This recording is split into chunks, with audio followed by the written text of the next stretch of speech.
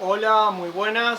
En esta ocasión creo que es algo que se me ocurrió que puede estar interesante como un agregado a las cualidades morales, psicológicas, actitudinales que tiene que tener como un grupo, digamos, que se pretenda erigir como o pensarse a sí mismo como supervivientes al nomen en comunidades autosuficientes, y tiene que ver con valores que justamente no serían los valores digamos, como podríamos decir, igualitarios, ¿sí? O sea, aunque las comunidades sean sistemas fraternos, sin propiedad privada, en realidad, digamos, o sea, para la preparación hacia lograr eso, hay que retomar y valorar toda una serie de valores que justamente no son como igualitarios. Vamos a ver, por eso en este video, lo que, si vieron el título, dice un poco trayendo a Nietzsche. ¿Por qué quiere decir esto? Bueno, porque tiene que ver con rescatar el valor, digamos, de lo que tenía que ver los valores de la fuerza, de la determinación, del carácter, y desde un punto de vista traigo a colación algo filosófico porque, bueno, en los últimos semanas, meses, volví un poco a retomar lo que yo era hace como 20 años atrás o más, que era mucha literatura, tanto filosófica como ficcional, de lo que sería el siglo XIX. Para mí, digamos, el mejor periodo donde más prolífico fue la humanidad para escribir las cosas más geniales y brillantes. Bueno, en este sentido, digamos, lo que les quiero acá compartir es analizar toda una parte que tiene que ver con el libro La genealogía de la moral de Nietzsche, creo que es de 1886 o 87, y sobre todo voy a analizar, son 3 tratados, voy a analizar el primero, algunas partecitas, pero muy poco, para ponerlo enseguida en relación a lo que es las características que tienen que ver con cómo sería para sobrevivir y prepararse para resistir, sobrevivir al NOM, y lo que como se ve en realidad todo lo contrario que serían como los despiertos detrás de pantalla, la salida impotente, como, digamos, voy a mostrar las características psicológicas necesarias de toda una potencia humana que hay que tener en contra de lo que es justamente toda la debilidad y la impotencia que son los despiertos en su inmensa mayoría, ¿sí? Bueno, para empezar, bueno, el libro que voy a traer algunas cuestiones, es el libro La genealogía de la moral de Nietzsche, el tratado primero, que se llama Bueno y Malvado, Bueno y Malo. Bueno, voy a comentar un poquito, digamos, en líneas generales, y sin mencionar un montón de cuestiones porque las redes estas me lo censurarían. Lo que tendré que decir, si yo hablara de algunas cosas que dice el libro, hoy serían censuradas o infringirían normas, aunque lo planteé incluso académicamente. El algoritmo dice, no, usted está discriminando, y no podría seguir. Así que hay cosas que igualmente no es muy relevante, pero no voy a mencionar algunas cuestiones, ¿sí? Bueno, en primer lugar, ¿qué es un poco el libro en líneas generales? ¿Sí? O sea, digamos, el libro de Nietzsche, como toda su filosofía en general, si bien hay varios aspectos, varias ramas, hay varios Nietzsche dentro de Nietzsche, sin ser yo un experto en Nietzsche, pero eso es algo básico. Yo me leí casi todo de Nietzsche, lo estudié en profundidad algunos que otros libros, pero no más, hace como 20 años, ¿sí? Yo no soy filósofo, yo me gradué en historia, pero siempre me interesó todas otras áreas de conocimiento, y Nietzsche en particular en los 90 me gustó mucho y leí mucho. Bueno, particularmente este libro además es genial, de la genealogía de la moral. Bueno, ahora voy a hablar un poco de cómo Nietzsche contrapone lo que son, digamos, es importante, lo que serían los valores nobiliario-aristocráticos frente a los valores, digamos, o sea, igualitarios plebeyos, en términos, digamos, de lo que serían las dos morales, la moral aristocrático-caballeresca, vital y fuerte, frente, digamos, a la moral, digamos, del oprimido, del pobre, del justo y del bueno, del cristiano, del judeo-cristiano, ¿sí? Demócrata, etc. Bueno, Nietzsche analiza, igual que otros, o sea, en el siglo XIX, cómo la sociedad se fue como refinando, afeminando, haciendo más débil y más delicada. Y estamos hablando de una época en donde, a ver, para que se sitúen un poco en contexto la persona que pueda estar viendo, que tiene 20 años hoy en el año 2024. A ver, estamos hablando de que Nietzsche ve débil a la personalidad masculina promedio del siglo XIX, que eran personas que se agarraban a los puñetazos y se batían a duelo. A eso Nietzsche lo veía como débil, ¿sí? O sea, no estamos hablando de un chico que se sufre más por el bullying, ¿no? Estamos hablando de... Es como que lo que voy a hablar les va a parecer, si ustedes leen ese libro, cualquier cosa del siglo XIX, les va a parecer como que es caldeo antiguo, porque después ven a estos chicos que sufren por el bullying y dicen, se pegan un tiro o lo matan al chico, no sé qué hacen, pero algo van a hacer porque no sería una disonancia muy grande. Bueno, Nietzsche en realidad, digamos, lo que es importante y que yo después voy a retomar para lo que es el nombre, los despiertos, las características, es retomar esto que retoma Nietzsche. Y es un poco la idea de que cómo se constituye, como habla un poco Nietzsche, estudios más bien de tipo, esencialmente la base fuerte filológica, más que una historia, una cuestión histórica muy leve, muy por arriba, pero más bien filológica, en donde analiza las palabras bueno, malo y demás. Y entonces él contrapone a dos formas de ir viendo cómo se fue constituyendo lo bueno en dominante, a partir, digamos, de lo que sería la moral judeocristiana. Voy a empezar por lo que sería el final, o sea, el proceso final de debilitamiento, que para Nietzsche son de 2000 años, ¿sí? Y que después culmina en el siglo XVIII con las revoluciones francesas, etcétera, con la igualdad democrática. Bueno, acá está bien. Esto es un poco lo que critica y condena Nietzsche, en donde dice, bueno, bienaventurados los pobres porque de ellos será el reino de los cielos. Es decir, a ver, entonces, ¿quién es el bueno? Y acá voy a leer a Nietzsche, acá Genealogía de la Moral, acá estoy leyendo. Dice: los miserables son los buenos, los pobres, los impotentes, los bajos son los únicos buenos, los que sufren, los indigentes, los enfermos, los deformes son también los únicos piadosos, los únicos benditos de Dios. Únicamente para ellos existe bienaventuranza. En cambio, vosotros los nobles y violentos, vosotros sois por toda la eternidad los malvados, los crueles, los lascivos, los insaciables, los ateos, y vosotros seréis también eternamente los desventurados, los malditos y los condenados.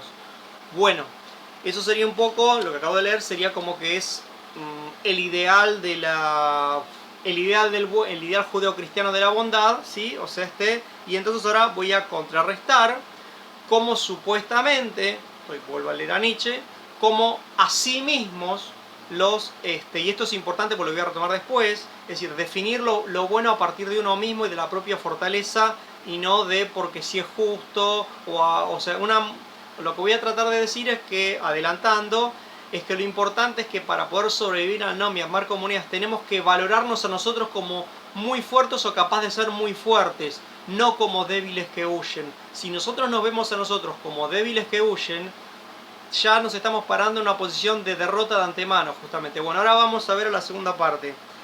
Ahora, ¿cómo sería? A diferencia de antes, que quiénes eran los buenos, los impotentes, los enfermos, todo eso. Bueno, ahora acá, ¿cómo sería acá? ¿Cómo era según Nietzsche que se veían a sí mismas las aristocracias guerreras? Pueden ser los romanos, los griegos, los vikingos, etc.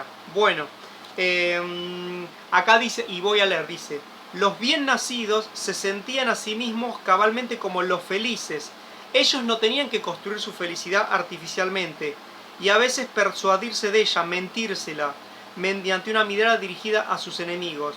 Y asimismo, por ser hombres íntegros, repletos de fuerza y en consecuencia necesariamente activos, no podían separar la actividad de la felicidad.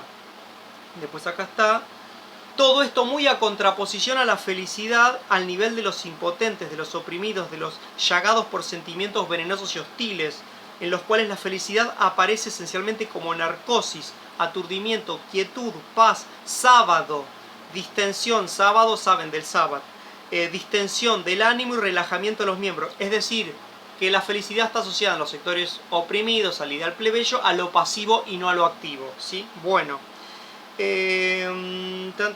acá dice acá, bueno, evidentemente así. Bueno, habla de que el hombre fuerte, el hombre aristocrático, el hombre con carácter y en general traspolable, es como que no acumula resentimiento. La moral, el Nietzsche, digamos, o sea, digamos, toda la moral del esclavo es la misma que la moral del resentimiento, o sea que dice que incluso se va haciendo como más inteligente que el noble, que el violento, etcétera, etcétera, porque justamente acá dice, de esto dice cómo sería la actitud del hombre noble, de los valores nobles, del noble ser aristocrático, del bárbaro, digamos, ¿sí? No poder tomar mucho tiempo en serio los propios contratiempos, las propias fechorías, tal es signo propio de naturalezas fuertes y plenas, en las cuales hay una sobreabundancia de fuerza práctica, remodeladora, regeneradora, fuerza que también hace olvidar. Claro, el pobre, el oprimido, memoriza mucho, ¿sí? Por eso yo cuando digo del capitalismo femenino, digo justamente la mujer es la más memoriosa, porque vos, te acuerdo, siempre están acordándose de cosas malas que les hicieron o le pasaron. Y en cambio este aristócrata, este guerrero, este hombre fuerte con carácter, dice: un hombre así se sacude de un solo golpe muchos gusanos, que en otros, en cambio, anidan subterráneamente. Bueno, acá viene, después habla un montón de cuestiones de cómo justamente en la etimología del griego, del romano, incluso del germano, del alemán, pero lo bueno aparecía relacionado a fuerte, incluso a divino, y bueno, y después cómo todo se fue cambiando, invirtiendo el sentido de quién es el bueno, como ya expliqué. Ahora bien, ¿por qué hablé de todo esto? Porque evidentemente, digamos, o sea, para poder constituirnos en personas que quieran ser sobrevivientes, como yo puse en un video, supervivientes en comunidades autosuficientes, es necesario que nos consideremos de valor y que nos consideremos fuertes. Entonces, cuando Nietzsche en un momento habla, él dice: el noble se veía a sí mismo, o sea, se veía así, lo bueno era lo fuerte y lo feliz, en su misma acción. Por ejemplo, a ver, las acciones más duras eran, por ejemplo, en la agogué espartana, la educación espartana, para entrenar a los jóvenes aristócratas tenían que desquitársela con los ilotas, que eran como los esclavos, y los salían, digamos, a divertirse, pero a hacer cosas sádicas, a hacer maldades, digamos, con otras personas, para entrenarlos a los jóvenes nobles espartanos. Bueno, eso eran las propias fechorías que recién acabo de mencionar. Entonces, a lo que voy, a que justamente sin yo defender eso, de esa cuestión que sería como algo que no, como que sería aparte inútil e innecesario, sí es importante considerar que esto que el Nietzsche ve, que digamos que el hombre y el noble se ve lo bueno en relación a su propia fuerza, a su propio valor. O sea, no ve la bondad porque hay unos tiranos del otro. No es que yo soy bueno porque los otros son los tiranos, son los oscuros, son los malvados, son los perversos, son los que oprimen, son los totalitarios, son los dictadores, son los de la Agenda 2030. No. La idea justamente es decir, a ver, cómo nosotros nos podemos constituir en personas mucho mejores que las que veníamos siendo. ¿Y qué veníamos siendo? En todo lo que sería el capitalismo femenino, que ya tiene como 60 años, todas unas personalidades absolutamente debilitadas. O sea que los despiertos y todas las personas tal cual hoy son, tal cual hoy fueron forjados en ese espíritu de la debilidad, no están en condiciones de poder verse a sí mismos como fuertes, como buenos, como felices y como medida del valor, ¿sí? Entonces, o sea, salvo la medida del valor de la moral del esclavo, del resentimiento. A lo que digo es esto, que es importante, que cuando nosotros estemos pensando en que vamos a ser un grupo de pequeños como sobrevivientes / supervivientes en un futuro, en comunidades cerradas, viviendo mucho mejor, tenemos que considerarnos que tenemos que poder ser fuertes. Entonces, ¿por qué digo esto? ¿Por qué choca? Porque está mucho mal visto la fuerza, está mal vista la asertividad, está mal visto el determinismo, está mal visto el carácter. Es toda una nación que dice, bueno, vemos, me parece, no es tan así, sí, por las dudas. Como que la gente anda por la vida pidiendo permiso y disculpas por existir y por haber nacido prácticamente. Entonces yo en cambio no digo, esto es así, esto es así. Me equivoqué, pero lo digo así. Y hay cosas en donde puedo tener un carácter mucho más fuerte en lo personal, en algunas situaciones. Entonces, lo que digo es que evidentemente esos son los caracteres necesarios para liderar la construcción de estas comunidades soberanas, no caracteres débiles, no caracteres femeninos, no caracteres de moral del esclavo, no caracteres del justo que se siente oprimido por este grupo, por esta élite y por esto que el otro. No, tenemos que ser pequeños, fuertes para poder ir buscándonos, sabiendo con la mediana inteligencia, saber hasta dónde podemos llegar y hasta dónde podemos no.